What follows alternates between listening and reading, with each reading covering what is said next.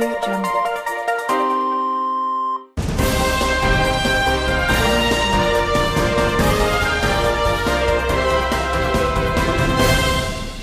नमस्कार, आप देख रहे हैं न्यूज़ 28। आपके साथ मैं हूं अंजलि सिंह। बीते दिनों जौनपुर में हुए बदेठी कांड के बाद अब प्रदेश ही नहीं देश की राजनीति भी गर्मा गई है। बदेठी कांड के बाद न सिर्फ प्रदेश बल्कि देश की राजनीति में भी भूचाल आ गया है। दलित और एक खास विशेष वर्ग के बीच मामूली से विवाद के बाद आगजनी की घटना ने लोगों को राजनीति करने का मौका दे दिया है। सबसे पहले प्रदेश की बीजेपी सरकार ने इस पर तत्काल कार्रवाई करते हुए न सिर्फ दलित पीड़ित परिवार को मुआवजा दिया, बल्कि समाजवादी पार्टी के एक नेता सहित 40 से अधिक लोगों को गिरफ्तार कर जेल भेजकर गैंगस्टर और रासुका लगाने का ऐलान किया, बल्कि अपने कानून का राज होने का डंका भी पीट डाला। वहीं अन्य दलों के लोगों ने भी उक्त गांव की ओर रुख करना शुरू कर दिया और अचानक जौनपुर जिले का ये गांव न सिर्फ प्रदेश बल्कि देश की राजनीति में भी चर्चा का विषय बन गया है। इसी क्रम में कांग्रेस का एक दल गांव में पहुंचा।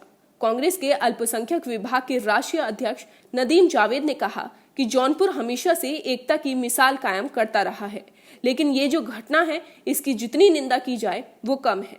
सरकार को इसमें दोषियों को सजा देनी चाहिए, लेकिन अजय कुमार बिष्ट की सरकार इसे सांप्रदायिक रंग दे रही है और बेगुनाहों को भी फंसा रही है, जो गलत है। नदीम जावेद ने कहा कि भारत सरकार के आंकड़े के अनुसार यूपी हत्या, दलित उत्पीड़न जैसे मामलों में पहले नंबर पर है।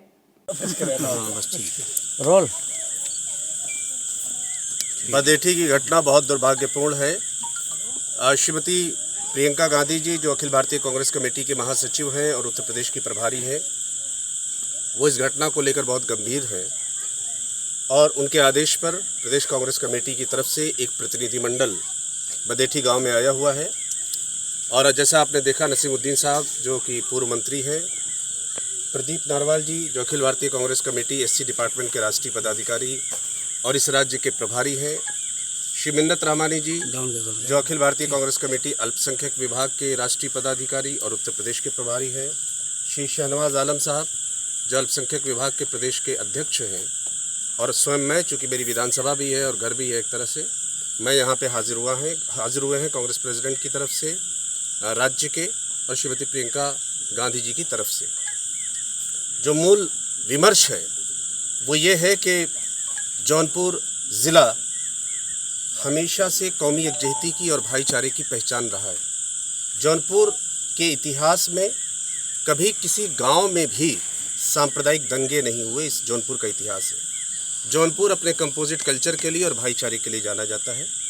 ये घटना जो हुई है ये बहुत दुर्भाग्यपूर्ण है और हमारी ये मांग है, जो हम लोगों ने सभी लोगों से बात करने के बाद जो इनिशियल एक जो नतीजा दिखाई दे रहा है वो ये है कि दलितों के ऊपर जो भी हमला हुआ है उसकी जितनी कड़े शब्दों में निंदा की जाए वो कम है। साथ ही जिन लोगों पर केसेस लगाए गए हैं, जो जेन्युइन लोग इन्वॉल्व थे, उनको पुलिस गिरफ्तार करे, उनको जेल में डाले। लेकिन ये भी आ रहा है कि जिला प्रशासन अजय सिंह बिष्ट के इशारे पर पूरी तरह से इसको एक सांप्रदायिक रंग देने का प्रयास कर रहा है और हम ये मांग करते हैं कि जो निर्दोष हैं उन निर्दोषों पर किसी प्रकार की कोई कार्रवाई नहीं होनी चाहिए, लेकिन जो कल्प्रिट हैं, जो सम्मिलित हैं, उनको जेल में जाना चाहिए। ख़ास तौर से 2014 के बाद और 2017 के विधानसभा चुनाव के बाद देश के अंदर भी और राज्य के अंदर भी एक नया नैरेटिव, एक नया विमर्श खड़ा हुआ है और ख़ास तौर से जो हमले हुए हैं वैचारिक आधार पर संघ के, वो अल्पसंख्यकों पर और दलितों पर हुए।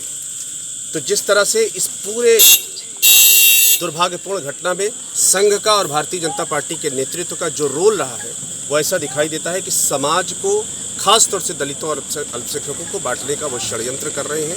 किसी भी कीमत पर जौनपुर की आम जनता, भदोही गांव के लोग और इस इलाके का आम आदमी इस बंटवारे को होने नहीं देते। दलितों घर फूकने का मामला मुख्यमंत्री संज्ञान लिया है और सपा नेताओं पर आरोप भी लगा है, उस पर क्या कहना? देखिए, NCRB national crime record bureau Bharat सरकार के आंकड़े प्रस्तुत करती है और जो 2018 के आंकड़े और 2019 के आंकड़े भारत सरकार ने प्रस्तुत किए हैं, भारत सरकार के अनुसार हत्या में, बलात्कार में, डकैती में, दलित उत्पीड़न में, महिला उत्पीड़न में उत्तर प्रदेश एक नंबर पर है।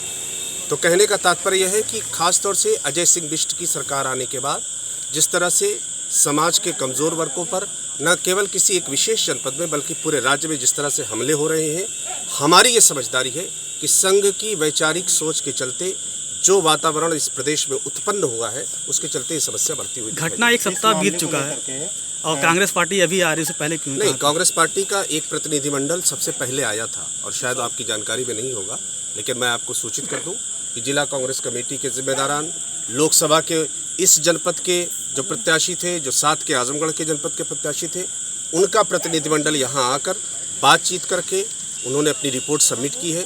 उसी रिपोर्ट के आधार पर ये एक और प्रतिनिधिमंडल कांग्रेस पार्टी की तरफ से आया है ताकि दोनों समाज के लोगों से बातचीत करके आगे का रास्ता निकाल सके। कुछ लोग को राहत पैकेज कांग्रेस तरफ से दिया जाएगा। मायावती और राजभर जी ने ट्वीट करके जिस तरीके से सरकार ने कार्रवाई की है उस पर उनकी तारीफ की। देखिए, पिछले कुछ दिनों से आप देखिएगा कि बहन जी और दूसरे अन्य दल भी जिस तरह से भारतीय जनता पार्टी सरकार के हर काम की सराहना करते दिखाई देते हैं, ऐसा लगता है कि दाल में कुछ काला है और हमें लगता है कि ये बात भी उसी तरफ इशारा करती है। कांग्रेस दलितों की लड़ाई लड़ती है, क्या आपके पैकेज दे रहे हैं? क्वेश्चन के अलावा और दूसरे लोगों से चलिए आपके क्वेश्चन को ले लेते हैं। दलितों की बात करते हैं। प्रदीप भाई, आप कुछ बात करेंगे?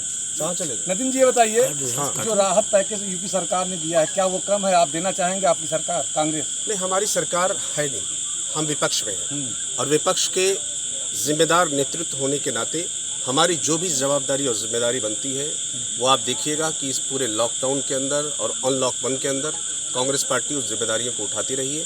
दलितों के सवाल को या समाज के कमज़ोर वर्गों के सवाल को कांग्रेस पार्टी का शीर्षस्थ नेतृत्व और कांग्रेस पार्टी का एक एक कार्यकर्ता जिम्मेदारी के साथ उठाने का काम कर रहा है और करेगा। हमारी सरकार आएगी तो निश्चित रूप से उस दिशा में भी हम काम करेंगे। जो राहत पैकेज दिया गया, क्या वो कम है? बिल्कुल, आपकी बात से मैं 100% सहमत हूँ। कोई भी छोटी से छोटी घटना होती है, भारतीय जनता पार्टी पूरी तरह से उसको सांप्रदायिक रंग देने का प्रयास करती है, इसलिए कि बताने के लिए भाजपा के पास कुछ है नहीं, इसलिए पूरे नैरेटिव को, पूरे नज़रिए फ़िक्र को किसी तरह से बंटवारे की राजनीति की तरफ ले जाएं। ये इस जनपद में भी दिखाई दिया है। भाई प्रदीप नरवाल जी हमारे साथी हैं, हरियाणा से आए हैं, दलित मूवमेंट पर बड़ा काम करते हैं, कुछ बात रखेंगे आपसे।